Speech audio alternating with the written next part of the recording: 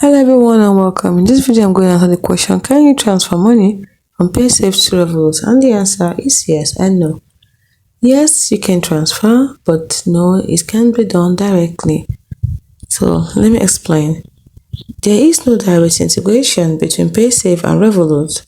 Therefore, there is no direct transfer, as there are two separate payment services do not allow direct transfers between them.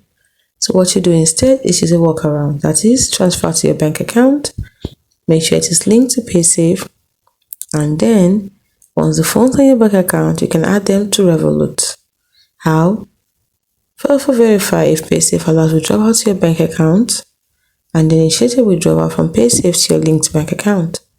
Log into Revolu, navigate to Add Money section and link your bank account.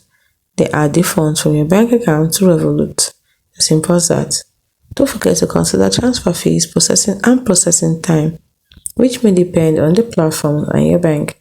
You need to move funds between Paysafe and Revolu. Using your bank account as an intermediary might be a viable workaround depending on Paysafe withdrawal options. Thanks for watching.